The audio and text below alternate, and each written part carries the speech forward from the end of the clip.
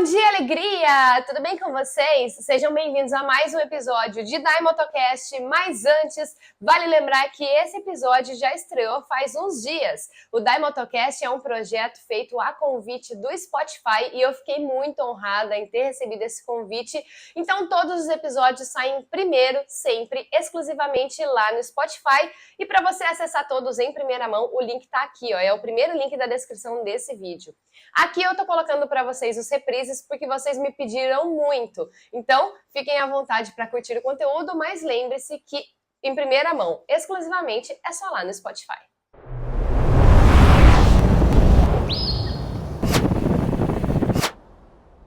Oi, Larissa, tudo bem? Seja bem-vinda a mais um Dai Motocast.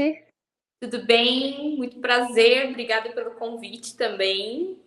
Eu que agradeço a sua disponibilidade. Você está aí cheia de compromissos. Ainda acabou de sair da mecânica, né, tadinha? Já vou começar o vídeo aqui com um perrengue, o bate-papo. Pois é, já vamos falar mais sobre isso. Mas antes, se apresenta para o pessoal.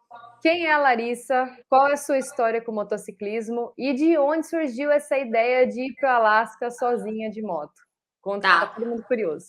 Muito prazer. Eu tenho 26 anos. Eu trabalho hoje em dia com mototurismo.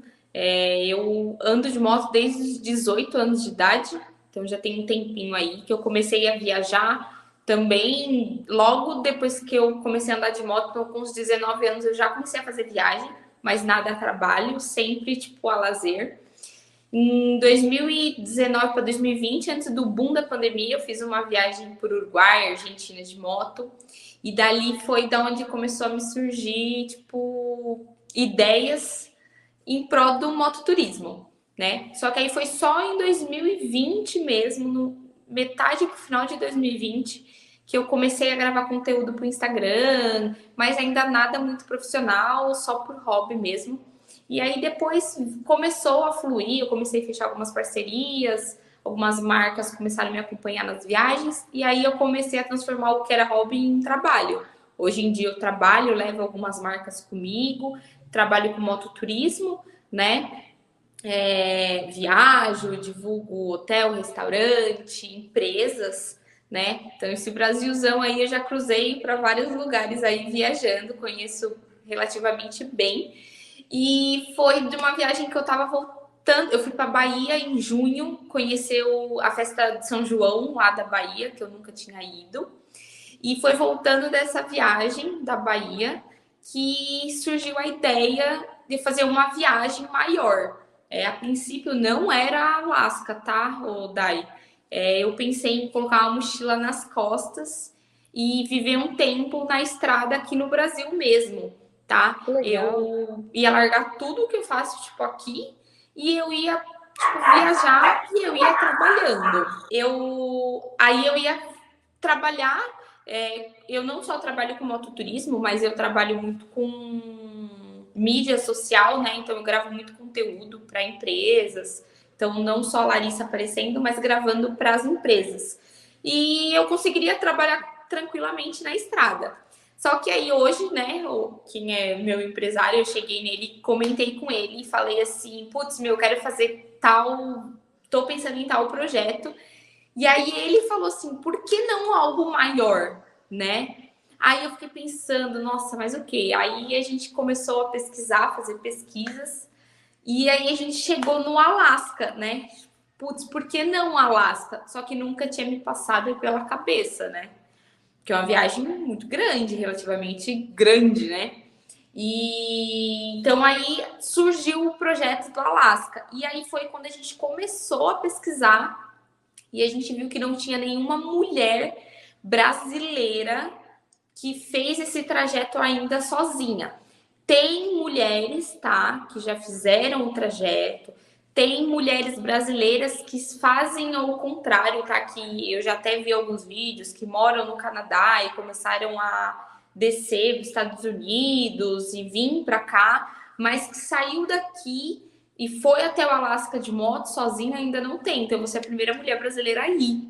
Foi daí que surgiu o projeto. E antes da gente falar mais especificamente dessa viagem do Alasca, que eu aposto que vai ser incrível, estou muito ansiosa para acompanhar tudo.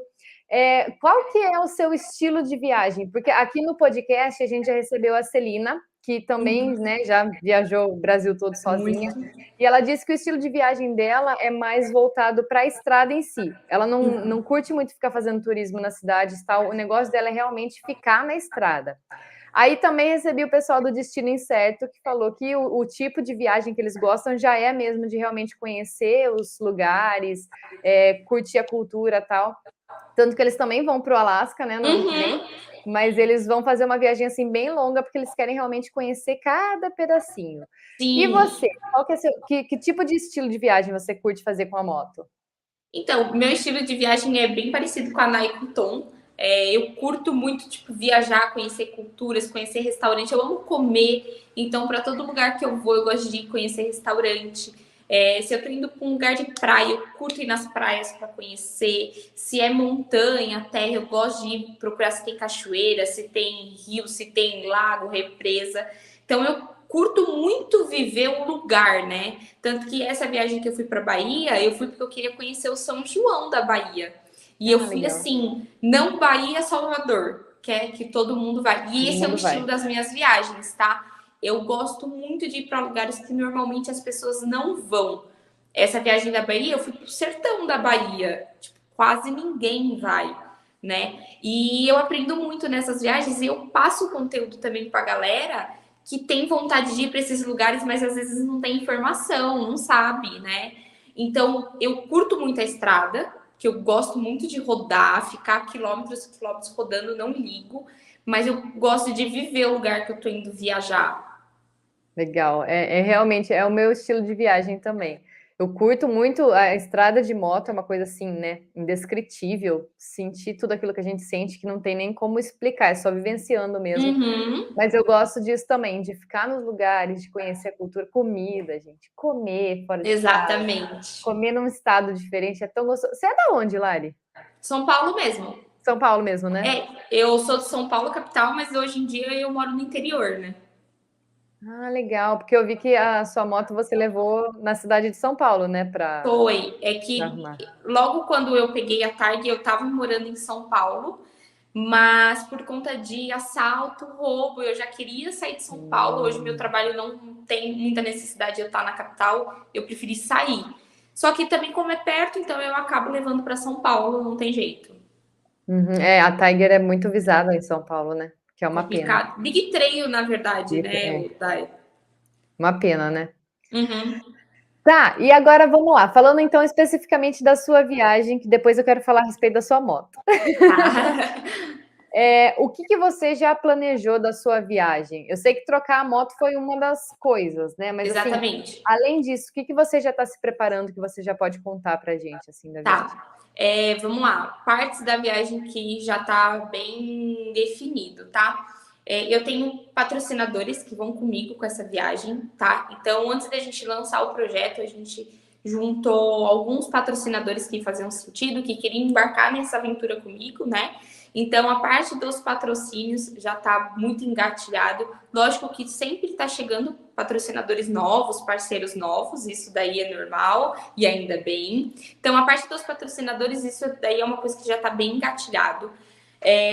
Roteiro, a rota da viagem já está muito bem definida, tá? Os pontos, lógico que no meio do caminho que eu digo até a data da minha viagem, eu tô conversando com muita gente que já foi pro Alasca, que está no Alasca, que tá voltando, que vai, e a gente troca muita figurinha, porque eu iria passar em determinado lugar, você já falou, olha, aqui não, vai para essa outra cidade, mas assim, uma rota específica eu já tenho, tá? As informações, por exemplo, do translado da moto, tá? Então, por exemplo, Colômbia, Panamá, isso já está muito bem definido também. Legal. Coisas, por exemplo, que ainda não estão definidas, né? Que eu acho que isso é no longo da viagem que vai sendo definido, né? Quantos dias eu vou ficar em determinado lugar, o lugar onde que eu vou dormir, eu já tenho as cidades, porém, hotel, essas coisas eu acho que é no decorrer da viagem mesmo. daí não tem como planejar isso muito antes. Eu aprendi viajando, fazendo viagem longa.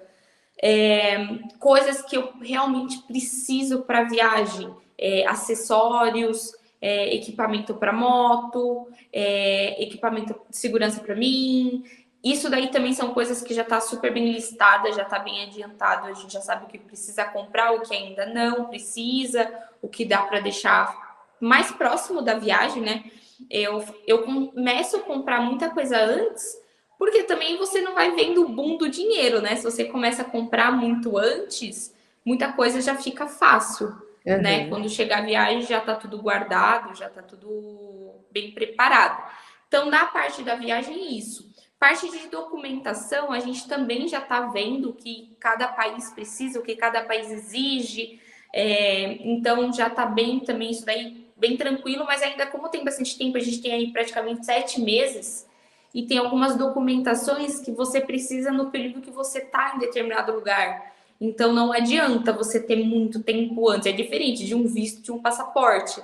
Mas a documentação de determinado país, documentação da moto, essas coisas a gente consegue ver também um pouquinho mais próximo da viagem. Legal.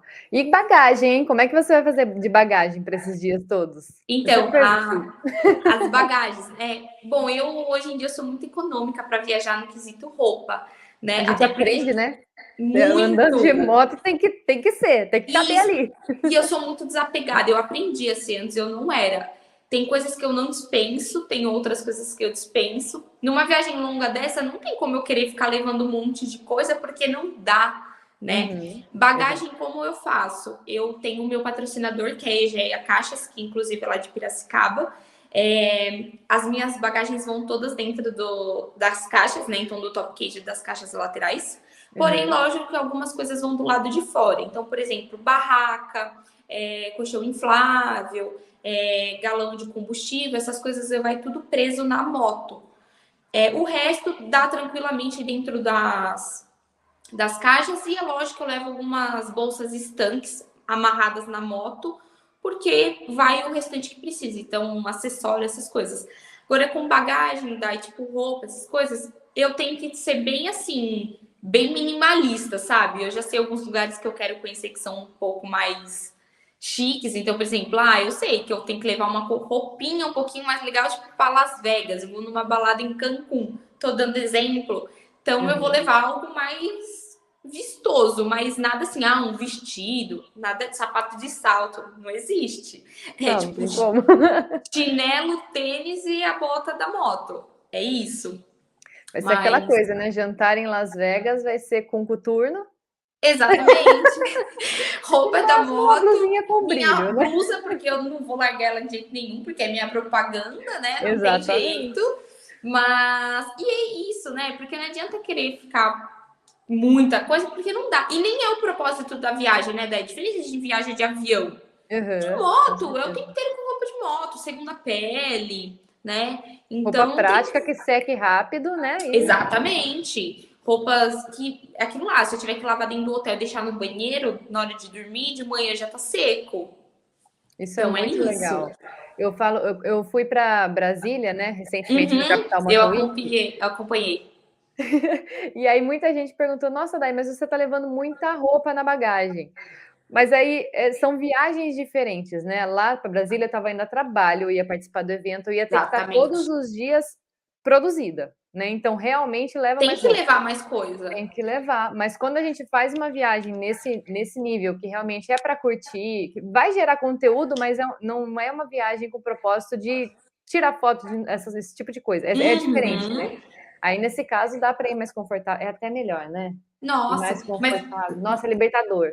Você comentou isso de levar mais roupas, e algumas viagens que eu vou gravar, que são para cá, eu às vezes troco de roupa 2, 3 vezes no dia.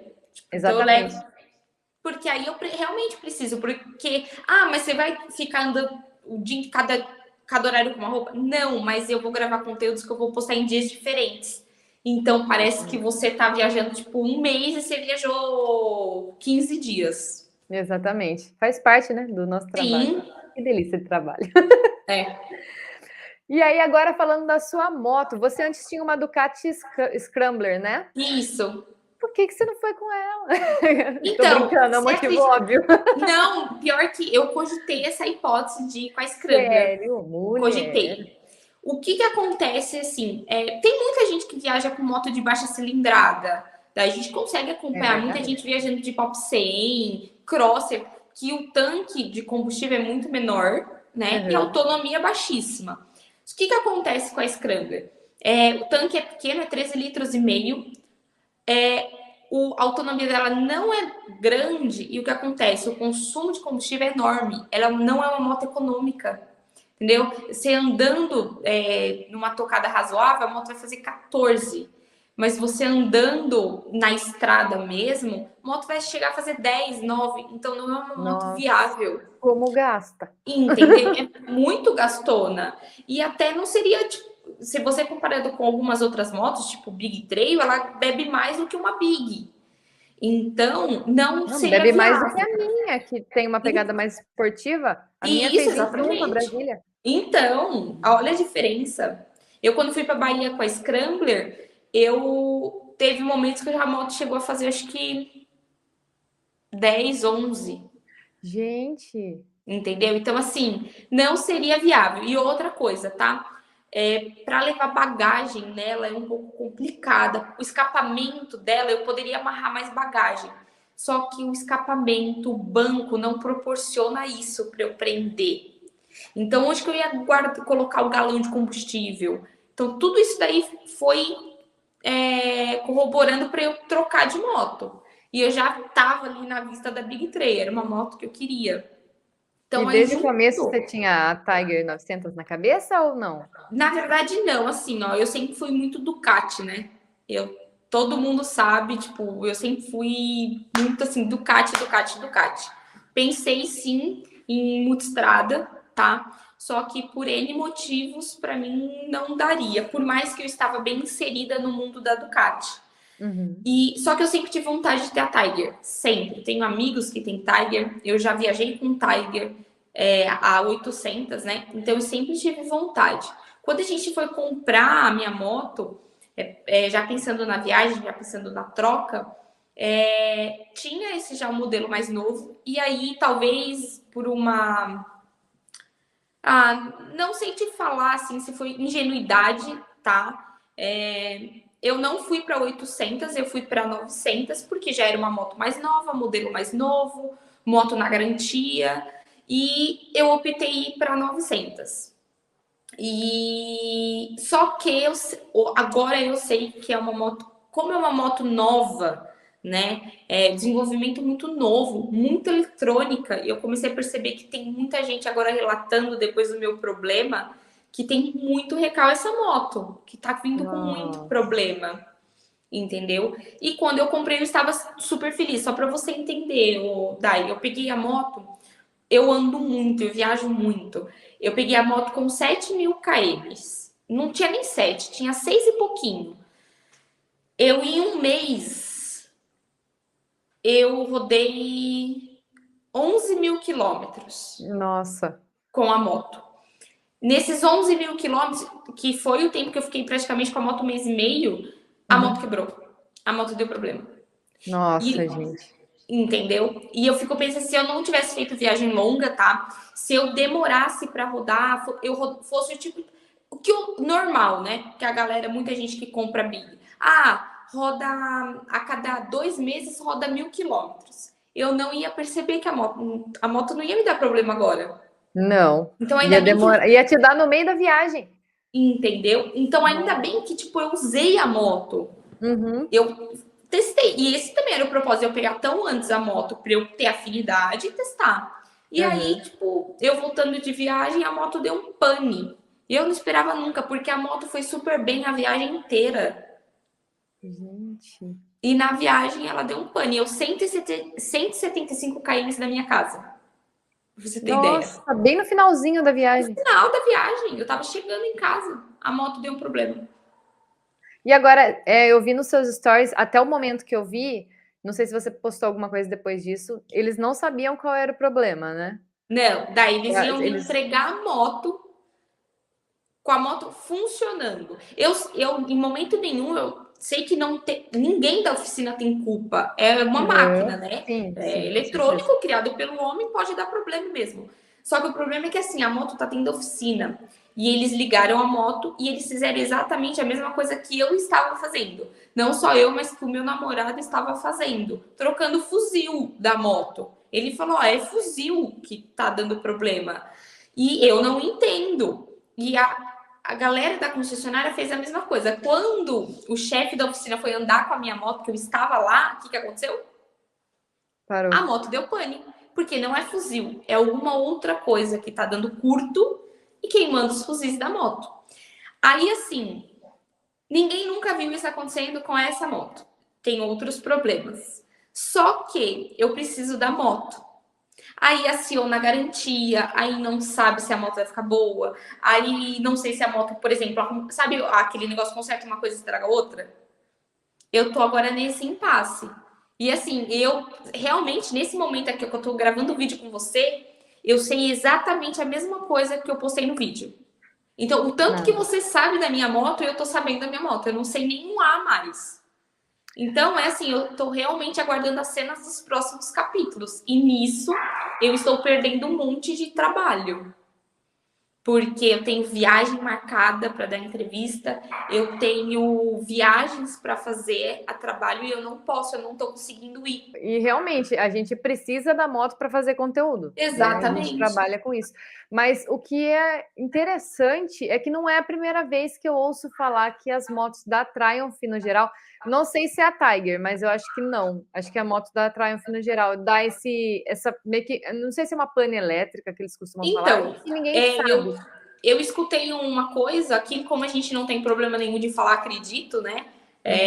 Eu escutei uma pode coisa falar. seguinte, é uma marca que está querendo chegar perto da BMW, está desenvolvendo as motos muito rápidas, não dá tempo de testar a tecnologia. Quem testa a tecnologia? Somos nós consumidores. Nossa. Então, o que acontece? Acaba estragando na nossa mão. Só que assim, não é para estragar nem na minha, nem na de ninguém. Só que tem muita gente que tem a moto por lazer. A pessoa não necessita da moto o tempo inteiro. Nós que trabalhamos com isso, putz, é muito frustrante você comprar uma coisa nova que tá na garantia, a moto te dá problema. E assim... E você ter trabalho para entregar, você ter coisa para fazer. Eles não estão nem aí. E aí uma coisa que eu também fico bem assim, ó. Eu comecei a refletir depois. Eu conheço muita gente da Triumph, eu conheço muita gente que trabalha com a galera da Triumph, com viagens. E a galera não está indo viajar, fazendo viagens longas com as motos da Triumph. Ou instrutores não têm Triumph, tem outras marcas. Então isso é preocupante. Muito, quando nem eles confiam na marca deles. Você entende? Então, o próprio chefe da oficina virou para mim, eu falei assim, eu em momento nenhum falei, olha, eu vou fazer viagem, eu sou tal pessoa. Não, porque eu sou só mais uma na fila do pão da Triumph. Mas eu realmente tive que falar, eu falei, olha, eu vou fazer uma viagem pro Alasca e eu vou sozinha. Como é que eu vou ter confiança de viajar com essa moto? Aí a pessoa virou para mim e falou assim, o mecânico, eu não posso te garantir nada. Gente, como é que você... Eu fiz exatamente a mesma cara que você fez agora. Como? Como que você fala isso pra mim? Então você não passa confiança. Eu tô bem preocupada, Dai, não vou falar. Muita gente me questionou se isso colocaria a viagem em risco. De forma alguma, não. O que coloca em risco é meus trabalhos de agora. Mas a viagem, eu peguei a moto, quando a gente foi pegar a moto, a gente pensou nisso a longo prazo mesmo. Eu tinha que ter uma afinidade. Então, se eu precisar ter outra moto, beleza, vamos correr atrás e vou ver qual é a moto que eu vou viajar. Mas para agora eu ficar sem moto é bem difícil. Nossa, realmente é muito frustrante isso que você está passando.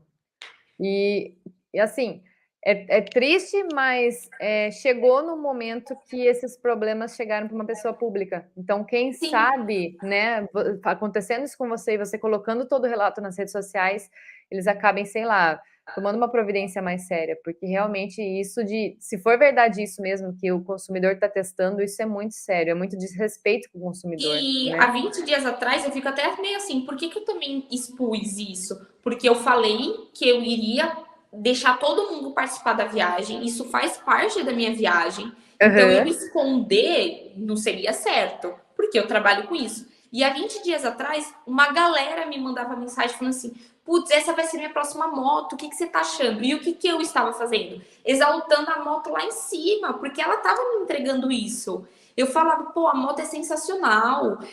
O meu namorado andava com a moto e ele falava, meu, a moto é animal.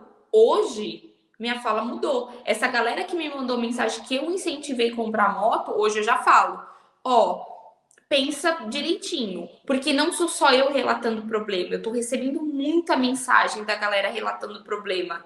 Então não é que eu fui a premiada, como um monte de gente falou. Tá vindo vários Não, relatos. eu já vi vários relatos. Tanto que eu já quis pegar uma Tiger para mim. E aí eu dei uma segurada por conta disso, porque eu falei, opa, peraí, vamos ver se Como que realmente, você vai né, pegar? não dá Entendeu? para confiar. Então, hoje a gente tem outras motos mais confiáveis, é como a gente falou um pouco antes. É sujeito e é passivo de dar problema, porque é uma máquina. Só que umas dão mais, outras dão menos. E a gente tem que ir na que dá menos, não tem jeito. Exatamente, é isso aí. E Realmente é quanto uma mais excelente moto, tecnologia mas embarcada, mais problema vai dar. Isso é óbvio, né? exatamente. Eu tenho o sonho de ir para o Atacama com a minha moto. Eu sei que vai ser sofrido, mas é meu sonho. Uhum. E o meu marido tem o sonho de ir para o Ushuaia, mas ele não queria ir com a moto dele. E ele sempre fala isso, que ele queria comprar uma moto, tipo, sei lá, uma Teneré 250, que tem zero tecnologia. Não vai dar Porque ele. problema nenhum. Exatamente. E se der problema, um clips conserta, É, né? Qualquer exatamente. coisa Eu conserta. recebi o tipo de mensagem da galera falando assim: ah, meu, você vai pro Alasca, da vez que vai sozinho, você é mulher, pega uma Teneré 660, a moto não tem tecnologia, a moto é bruta, ela aguenta.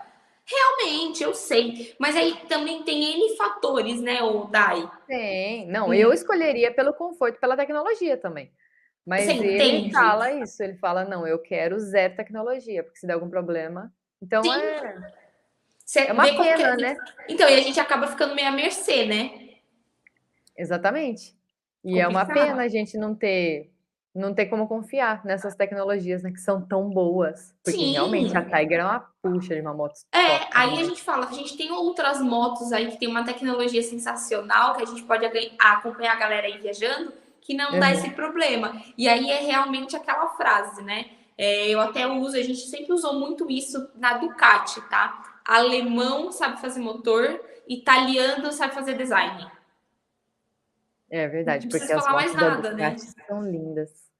Entendeu? Mas motor de BMW, né, Então, exatamente. É sobre isso é e tá uma tudo certo. pena. É.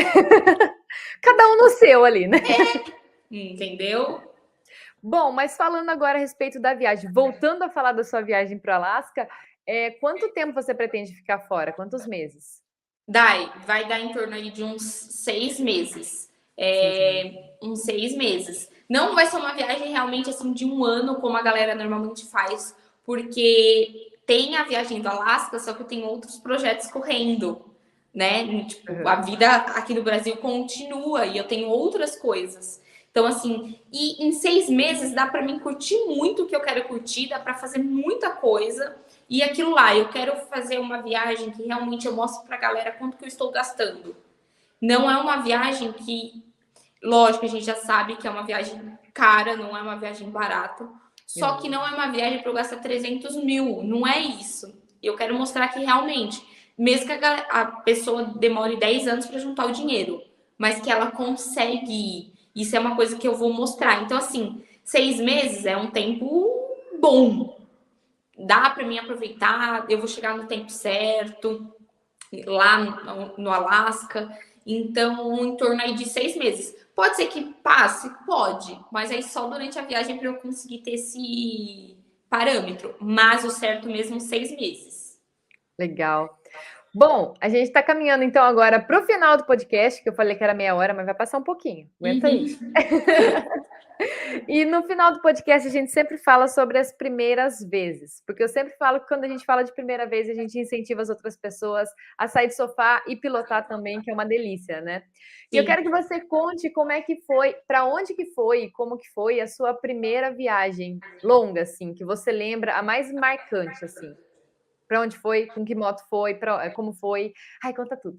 Tá, ó, eu vou rapidinho falar de duas, não tem como eu falar de uma, tá? Porque você vai entender. Minha primeira viagem de moto relativamente longa, para quem nunca tinha ido, eu fui pro Rio de Janeiro com Sensacional.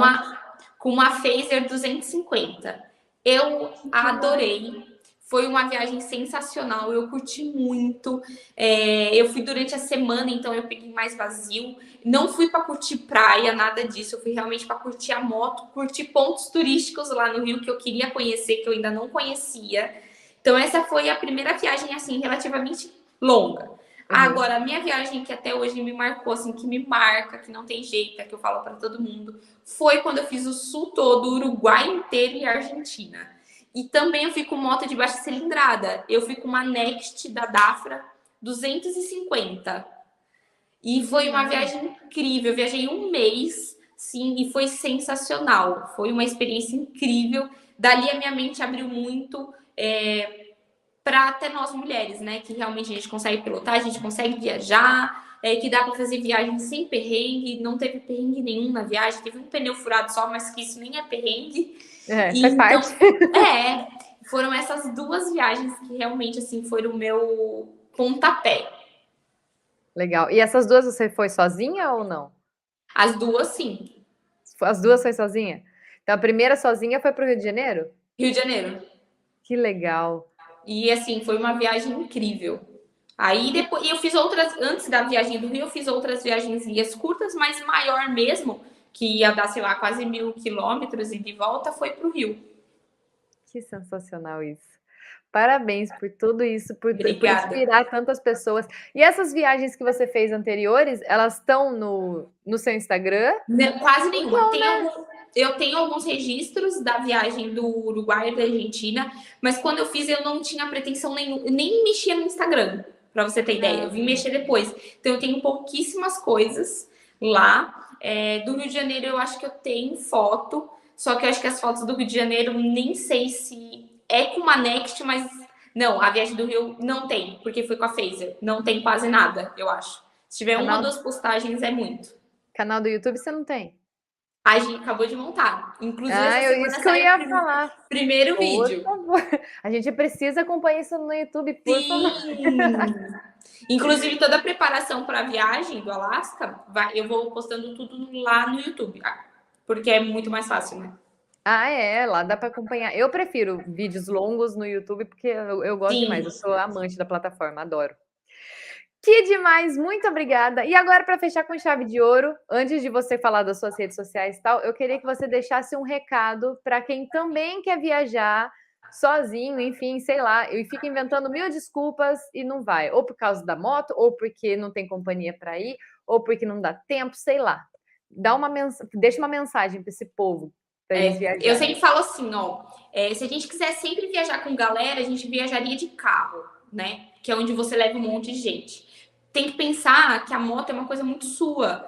É um momento seu, é um momento que você se conecta, né? E eu falo assim, a moto, você faz parte da viagem. Porque você sente o vento, você sente a chuva, você faz parte do cenário, né?